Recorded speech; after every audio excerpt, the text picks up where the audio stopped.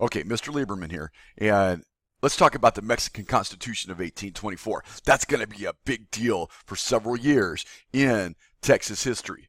So pay real close attention to this, that date, 1824. The Mexican Federalists create a new constitution which directly affects Texas. It's called the Mexican Federal Constitution of 1824. This creates a new state of Coahuila and Texas. Texas, Mexico, remember, it's part of Mexico, now has representation in Mexico City.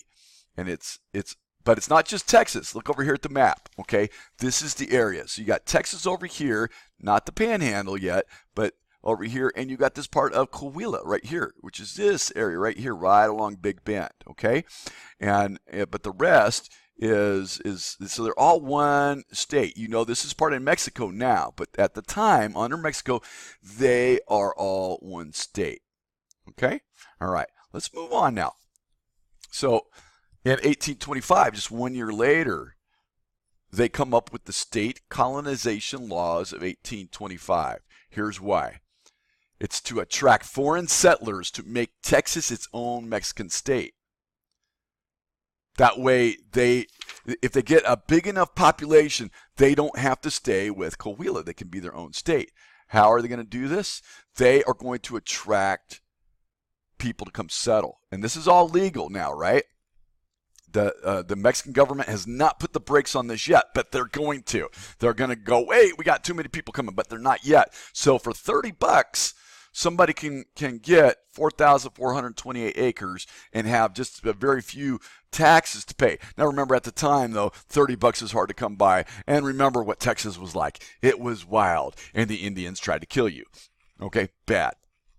By the way, you had to be Catholic. Lots of them just lied. Said, yes, I'm Catholic. And so all they had to do was sign that they were Catholic, and they got to come in.